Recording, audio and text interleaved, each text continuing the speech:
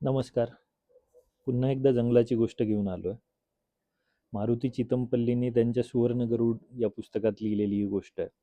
थोडंसं असं कन्सिडर करूयात की चितमपल्लीच तुमच्याशी बोलतात. त्यांनी माणूस आणि सांबर किंवा माणूस आणि हरिण किंवा माणूस आणि पशु यांच्यातलं जे एक निर्भेळ किंवा आपण ज्याला म्हणूयात निखळ प्रेमाचं नातं आहे ना, त्याच्याबद्दल लिहिलेली ही गोष्ट आहे. सुरुवात करतो. रोपवाटिकेचं निरीक्षण करत असताना अचानक एक सांबर आमच्या समोर येऊन उभं राहिलं. मी आणि कर्मचारी आम्ही सोबत होतो तेव्हा.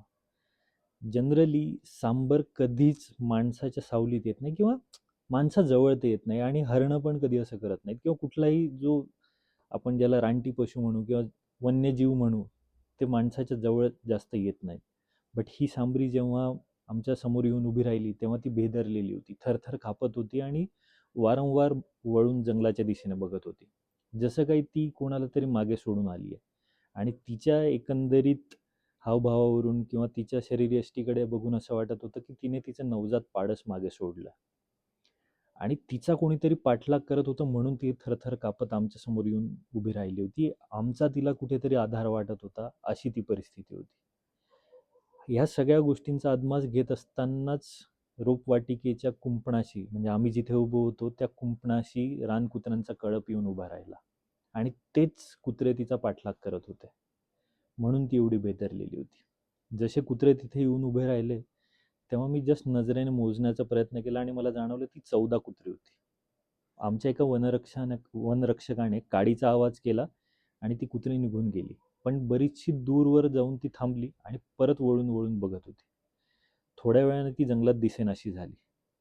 ही सगळी गोष्ट होईपर्यंत ती जी सांबरी होती ती थोडीशी शांत झाली आणि पुन्हा जंगलाच्या दिशेने सुसाट निघाली. ती जेव्हा सुसाट निघाली तेव्हा मला असं वाटलं की पुन्हा या रानकुत्र्यांच्या तावडीत नको सापडायला, म्हणून मी माझी कार घेऊन तिच्या मागे निघालो. पण जंगलात रस्त्यांना एक लिमिट असते, म्हणून मला एका ठिकाणी जाऊन थांबायला लागलं आणि मी दुर्बिणीने मग निरीक्षण करायला लागलो की ती कुठपर्यंत जात आहे.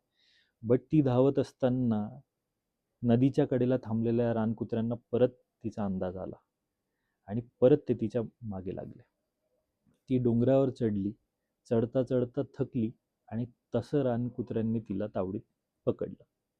एकाने तिचा नरडा पकडला, दुसऱ्याने तिचं मुस्कट पकडलं, काहींनी तिचे पाय पकडले आणि अक्षरशः मिनिटांमध्ये त्यांनी तिचा फडशा पाडला. रानकुत्रे म्हणजे हे जंगलातलं सगळ्यात हिंस्त्र श्वापद जे म्हणतो ना आपण, ते वाघही त्याला घाबरतो. तिची जी थोडीफार मोठी हाडं होती ती तरसाच्या जोडप्याने, त्याला आपण हायना म्हणतो, त्यांच्या जोडीने ती हाडं पण घेऊन गेले. म्हणजे 2च मिनिटात तिथे अक्षरशः रक्तमासाचा चिखल झाला होता. हे निसर्गाचं चक्र म्हणून मी शेवटी माझी दुर्बीण परत ठेवली, जीप वळवली आणि घराच्या दिशेने परत यायला लागलो. येता येता मला रस्त्याच्या कडेने गवतांची हालचाल जाणवली आणि म्हणून मग मी तिथे थांबलो. उतरून मी थोडंसं जवळ जाऊन निरीक्षण करणारच तेवढ्यात मला तिथे निपचित पडलेलं एक पाडस दिसलं. ज्या सांबरीचा आत्ता रानकुत्र्यांनी फडशा पाडला होता, कदाचित हे तिचं नवजात पाडस होतं आणि स्वसंरक्षणासाठी कदाचित ते निपचित पडून होतं की त्याच्या जवळ कोणी आलं तरी असं वाटलं पाहिजे की याच्यात जीव नाही आहे, पण ते जिवंत होतं. म्हणून मी त्याला अलगद उचललं, कॅनव्हासच्या पिशवीत ठेवलं आणि घरी घेऊन आलो. घरी घेऊन आल्यानंतर माझी जी लहान मुलगी होती छाया आणि तिची आई, या दोघांच्या हवाली मी तिला केलं. छाया आणि तिच्या आईने हळूहळू त्या पाडसाला दूध प्यायला शिकवलं, घरात वावरायला शिकवलं. ते पाडस छाया म्हणजे माझ्या मुलीच्या कॉट खाली निपचित पडून राहील. कधी कधी ते तिथेच लेंड्या टाकायचं, पण हळूहळू त्याला शिकवल्यामुळे मग त्या अंगणात लेंड्या टाकायला शिकलं. मनोली पाखराप्रमाणे ते तांबूस दिसायचं, म्हणून त्याचं नाव आम्ही मनोली ठेवलं. अशीच मग मनोली आणि छायाची गट्टी जमली. छाया नुकतीच प्राथमिक शाळेत जायला लागली होती. ती शाळेत जात असताना तिची बस अर्धा किलोमीटर लांब येऊन थांबायची. अर्धा किलोमीटर मनोली छायासोबत दूड चालीने तिच्या बसपर्यंत जायची. छाया बसमध्ये बसली की मनोली परत यायची. मग ती छायाच्या आईच्या आजूबाजूला फिरायची, जेवण करायची, कधी माझ्याजवळ यायची. मी काम करत असलो तर तिच्या अंगावरून प्रेमाने हात फिरवला, मग ती शांत एका कोपऱ्यात जाऊन बसायची किंवा मग अंगणात खेळायला लागायची. संध्याकाळ झाली, छायाची बस परत आली, बसचा आवाज आला की परत सुसाट वेगाने मनोली त्या बसपर्यंत जायची आणि तिथून छायाला सोबत घेऊन यायची. छाया बसमधून उतरली की ही तिला हळूहळू ढुसण्या द्यायची. मग छायाने तिच्या अंगावर प्रेमाने हात फिरवला की तिला छान वाटायचं आणि मग दोघी घरी यायच्या.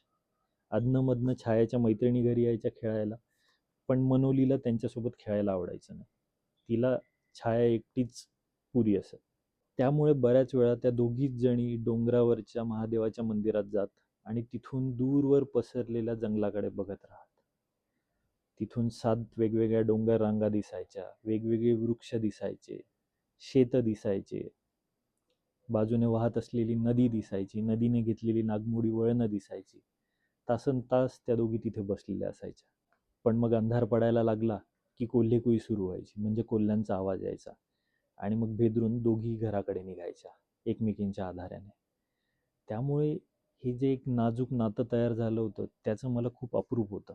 जेव्हाही मी कामावरून परत यायचो तेव्हा आमराईच्या मध्ये असलेल्या आमच्या घराच्या अंगणात छायाला आणि मनोलीला खेळताना मी पाहिलं की मला असं वाटायचं की मी परीकथेतलं एखादं दृश्य बघतोय की काय. अशा ह्या सगळ्या गोष्टींमुळे मनोली आमच्या कुटुंबाचाच एक भाग बनून गेली होती. आम्ही तिच्या गळ्यात एक छोटंसं घुंगरू बांधलं होतं, जेणेकरून तिचं आमच्या आजूबाजूला असणं आमच्या लक्षात येईल. पण मनोली हळूहळू मोठी व्हायला लागली होती. ती जशी जशी मोठी होत होती तशा तशा तिच्या सवयी बदलत होत्या. हळूहळू ती जंगलाच्या दिशेने चरायला जायला लागली आणि तिचं घरी येणं थोडंसं अनियमित व्हायला लागलं. पण मग एके दिवशी ती परत आली नाही. त्या दिवशी छाया विचार करून करून झोपी गेली. सकाळी उठली आणि तिने मला विचारलं की बाबा मनोली कुठे. मी तिला समजावलं, बाळा ते रान पाखरू आहे, ते मोठं झालंय, ते कधीही रानात निघून जाईल, आपण नको त्याला बंधनात अडकवायला. तिच्या गळ्यातलं घुंगरू पण आम्ही त्यामुळेच काढून ठेवलं की आता ती जेव्हा पण जंगलात जाईल तर त्या घुंगराच्या आवाजाने वाघ बिबटे तिच्यावर झडप नको घालायला. आणि त्या घुंगराच्या ऐवजी आता तिच्या गळ्यात आम्ही रेशमाचा पट्टा बांधला होता. आणि शेवटी जे नको व्हायचं तेच झालं. एके दिवशी मनोली जंगलात गेली चरायला, ती पुन्हा परतलीच नाही. एव्हाना मला कामामुळे ह्या गोष्टीचा विसर पडला होता. बरेच महिने लोटले होते, पण छाया आणि तिच्या आईला मनोलीचा विसर पडला नव्हता.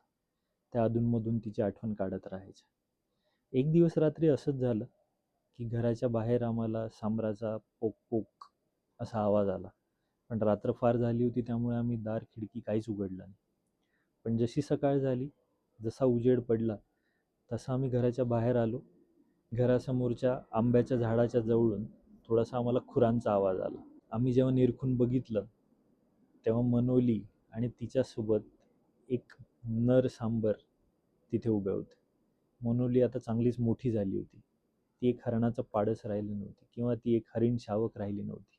तिचं रूपांतर एका मादीत झालं होतं आणि तिच्यासोबत जो नर होता तो अगदी भले मोठे शिंग असलेला लोभसवाणा नर होता. छाया हळूहळू तिच्याकडे जायला निघाली. तिने मनोलीला आवाज पण दिला, पण ती मनोलीपर्यंत पोहोचण्याच्या आधीच ते दोघेही जंगलात गुडूप झाले. ह्या प्रसंगानंतर मला आशाच नव्हती की मनोली कधी परत येईल म्हणून. पण पुन्हा तेच झालं. एके रात्री आम्ही सगळे झोपलेले असताना परत आवाज आला. बट नेहमीप्रमाणे जंगलात घर असल्याने काही आजूबाजूला आवाज येत राहायचे म्हणून आम्ही दार नाही उघडायचो. आणि सकाळी जेव्हा आम्ही दार उघडलं तेव्हा समोरचं दृश्य विलक्षण होतं. मनोली आणि तिच्यासोबत असलेला नर सांबर यावेळी एका छोट्या पाडसाला सोबत घेऊन आले होते. ते कदाचित त्यांचं पिल्लू होतं. छायाने दार उघडलं आणि अंगणातून ती मनोलीकडे निघाली. ती मनोलीजवळ पोहोचत असताना ते तिघेही तिथेच उभे होते. ती जशी त्यांच्याजवळ पोहोचली तसं मनोलीने तिच्या छोट्याशा पिल्ल्याला हळू ढुसण्या देत देत छायाकडे लोटलं. छायाने त्या छोट्याशा पिल्लाला हातात उचललं, त्याला गोंजारलं आणि परत खाली सोडलं. तसं ते पिल्लू पुन्हा मनोलीजवळ जाऊन तिला बिलगलं. थोड्या वेळ मनोलीने छायाकडे आणि छायाने मनोलीकडे बघितलं आणि हे तिघेही थोड्याच वेळात जंगलात गुडूप झाल्या. जंगलात जाणाऱ्या त्या तिघांना आणि त्यांच्या मागे उभं राहून त्यांना बघणाऱ्या छायाला बघून मला खूप अप्रूप वाटलं. हे खूप विलक्षण होतं. ह्या दृश्यावरच ही कथा संपते. पण आत्ता तुम्हाला कदाचित ऐकतानाही जाणवलं असेल आणि मी जेव्हा वाचलं तेव्हाही मला जाणवलं. पूर्ण चित्र जेव्हा आपण डोळ्यासमोर उभं करतो, तेव्हा ते खूप विलक्षण वाटतं आणि ह्या सगळ्या भावना मांडायला कदाचित शब्दही अपुरे पडतील. पण अशा गोष्टी होतात. अशा बऱ्याचशा गोष्टी काही पुस्तकांमध्ये आहेत. काही माणसांनी अनुभवल्यात, काही अजूनही अनुभवतात. काही मी स्वतः अनुभवल्यात. आपण बोलू पुढे. पण आजपुरतं तरी एवढंच होतं. धन्यवाद.